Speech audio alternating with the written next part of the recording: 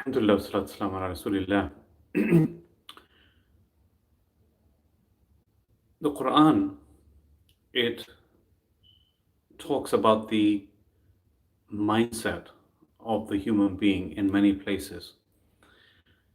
And more often than not, we will find that if a person reads the description of how humans are described, it is going to be very clear to him that those ayat are actually talking exactly about him. Generally speaking, when a person is weak of faith, then he is unstable in his obedience to Allah subhanahu wa ta'ala. When a person is strong in faith, then however the situation is, and however difficult the situation is, or however easy the situation is, he will be obedient to Allah subhanahu wa ta'ala. So you get so many different kinds of characteristics and personalities of people. One kind of person is described in the Quran as وَمِنَ النَّاسِ مَنْ يَعْبُدُ اللَّهَ عَلَى حَرْفٍ فَإِنْ أَصَابَهُ خَيْرٌ اطْمَأَنَّ بِهِ وَإِنْ أَصَابَتْهُ فِتْنَةٌ انقلب على وجهه خسر الدنيا والآخرة ذلك هو الخسران المبين. There are some people that worship Allah subhanahu wa ta'ala right on the edge, meaning they're on the edge of their belief or the edge of their disobedience. فَإِنْ أَصَابَهُ خَيْرٌ اطْمَأَنَّ بِهِ, and as long as good is happening to them, they are at ease. But if any type of trial or tribulation comes to them, انقلب على وجهه, they turn their back to Allah subhanahu wa ta'ala. They become disobedient to Allah subhanahu wa ta'ala. And the mindset is like, well, if I'm obedient to Allah, if I'm worshipping Him, if I'm praying my 5 times daily salat, then my situation in this world should be good. And I should be rewarded for that situation because I'm obedient to Allah subhanahu wa ta'ala. And it's almost as if a person feels that Allah owes him just because he is worshipping Allah and he is being, quote unquote, a good man. So he almost feels that Allah subhanahu wa ta'ala owes him a good life in return. So the answer to this kind of mindset is that the biggest trials and tribulations came to those people that were closest to Allah subhanahu wa ta'ala. أشد الناس بلاء الأنبياء ثم صالحون ثم الأمثل فالأمثل, according to a hadith. Those people that had the biggest trials and tribulations were the prophets alayhi salatu wasalam. And then the pious people, then according to their iman and according to their closeness to Allah subhanahu wa ta'ala, that was how Allah subhanahu wa ta'ala tested them. So if we are faced with any type of difficulty, we should not think that, well, because I was worshipping Allah, I should not have to face this difficulty. Sometimes Allah subhanahu wa ta'ala gives us difficulties as a test to see how we will react. Sometimes Allah subhanahu wa ta'ala gives us difficulties to remove our sins in this world and give us a reward for the hereafter. And one of the biggest questions that people have is that why is it that disbelievers, they don't believe in Allah and they're committing shirk and they're doing this and they're doing that and they're drinking and they're fornicating and they're consuming pork and doing all sorts of things, and yet Allah subhanahu wa ta'ala continues to give them? The answer to that is very simple, that Allah subhanahu wa ta'ala gives to the disbelievers in this world for the good that they do, and there is no share for them in the hereafter. So the fact that disbelievers have and we don't have, this is not the right kind of mindset. This is not the right kind of attitude to think about the distribution of Allah subhanahu wa ta'ala. If we are being deprived in this world, it is because Allah subhanahu wa ta'ala is reserving our rewards for us in the hereafter. So this is what we should think about. Then there's another type of mindset. That type of mindset is that a person goes along and he's careless about his obedience to Allah subhanahu wa ta'ala. And then suddenly he is hit with some kind of problem. He's hit with an illness or loss of a job or some kind of calamity. Now, this gives him a jolt and it makes him go back to Allah subhanahu wa ta'ala. And this is mentioned in many places in the Quran, and the example is given of a person who is in a ship and he's out in the ocean, and then a storm comes. And when that storm comes, he prays to Allah that, oh Allah, if you put me back on dry land, then I'm going to be obedient to you. I will never be disobedient to you again.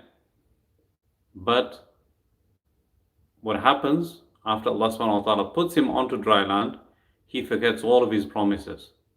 And this is again something that we can relate to probably, that when we go through that difficulty, we try our best to pray our prayers and make dua and even maybe wake up for tahajjud. But then when Allah subhanahu wa ta'ala takes that difficulty away from us, then we become neglectful again.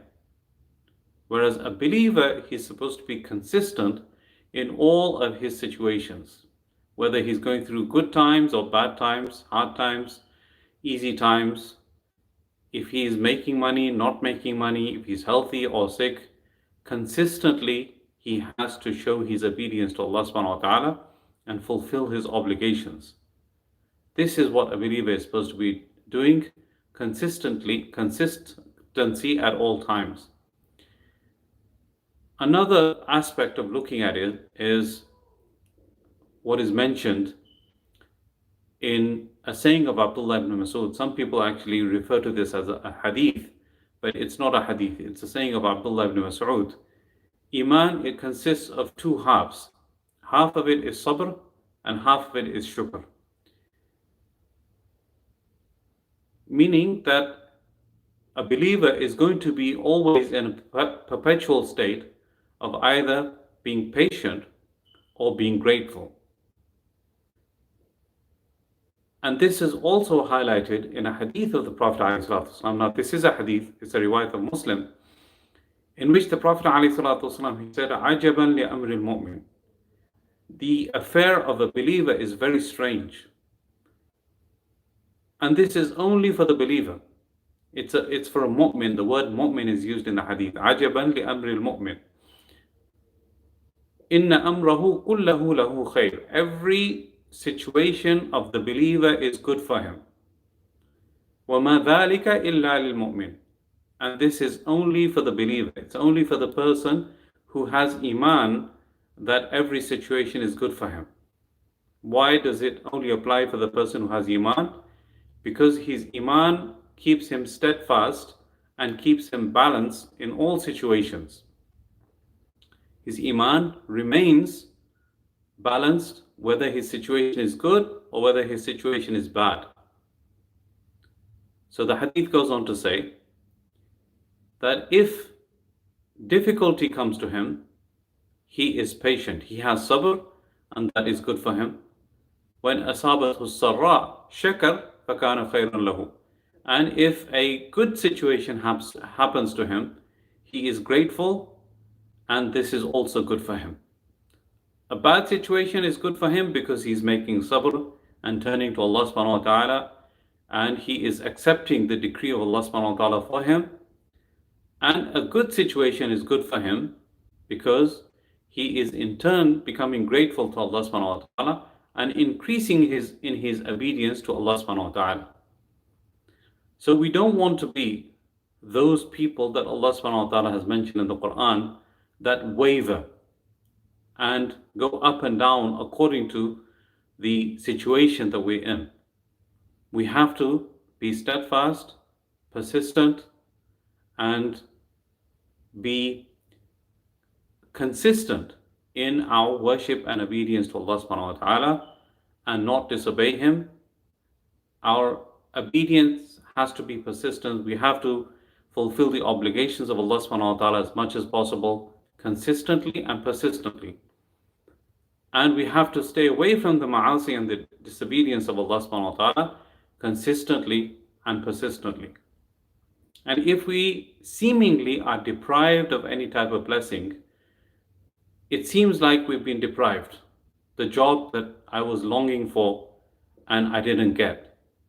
The woman that I aspired to marry, but I didn't get to marry her. And all kinds of different situations. Seemingly, a person thinks that I've been deprived. Why did Allah subhanahu wa ta'ala do this to me? But how do we know that job that we were longing for and trying for and gave so many interviews for, maybe that wasn't good for us? That woman that we wanted to marry, maybe she wasn't good for us. Maybe that house that we wanted to buy and somebody else bought it, maybe that house was not going to be good for us. So Allah subhanahu wa ta'ala taking away something from us that we wanted, it's not necessarily that Allah subhanahu wa ta'ala is punishing us and not giving us what we want. But He is actually saving the good for us and maybe taking us away from some type of calamity. We talked earlier on in Ramadan about the story of Musa and Khadir, and in at least two of those situations, we found that Khadir, he's doing something which is completely illogical. The first situation, he's basically breaking up a boat in which they have been offered a ride. Second situation, he's taking a seemingly innocent child and killing him. The third situation, also illogical for Musa alayhi salam, he's straightening a wall for a community that rudely rejected them. So on the face of it, you see one thing, but the reality behind it is completely different, as he goes on to explain to Musa alayhi salatu wasalam later on. So what we see in front of us and what it seems to us is not necessarily the thing that Allah subhanahu wa ta'ala knows. Allah subhanahu wa ta'ala knows better for us, knows the background, He knows the future for us. So if anything happens to us where it seems like we've been deprived of something, we should thank Allah subhanahu wa ta'ala that maybe Allah saved us from some type of evil or calamity. That's why He took that thing away from us that we were aspiring for and wanting. And the same thing actually applies for dua. Person thinks, oh, Allah is not responding to my dua. He's not answering my prayers. Answering the prayers is not necessarily something that Allah subhanahu wa ta'ala gives exactly what we are wanting. Allah subhanahu wa ta'ala sometimes either replaces what we are asking for with something that He knows is better for us, and sometimes He answers our prayers by removing calamities that was about to befall on us. But He always answers prayers. He always answers the du'as, but sometimes we don't know how and in what form the dua is going to be accepted. And sometimes we don't get anything in this world, but Allah subhanahu wa ta'ala reserves that reward for us in the hereafter. So one of three things is bound to happen when we make dua to Allah subhanahu wa ta'ala. Udu'uni astajib lakum. Allah subhanahu wa ta'ala promises, make dua to me, call unto me, and I will respond to you. But that response can be in different shapes and forms. So the summary is that, number one, we need to be consistent as believers and not waver according to the situation that we're in. We always need to be consistent and obedient to Allah subhanahu wa ta'ala and stay away from His disobedience as much as possible. If we are given any type of blessing, we should thank Allah subhanahu wa ta'ala for it. And if we are afflicted with any trial or tribulation, we should be patient and consistently make dua to Allah subhanahu wa ta'ala and ask Allah always for the best that He knows is best for us. This way, we'll always be accepting of the qadr and the decree of Allah subhanahu wa ta'ala for us. Qada bil qada, it is part and parcel of Iman. So I pray that Allah subhanahu wa ta'ala gives us tawfiq to understand and practice what has been said and heard. Jazakumullah khairan for listening. Assalamu alaikum.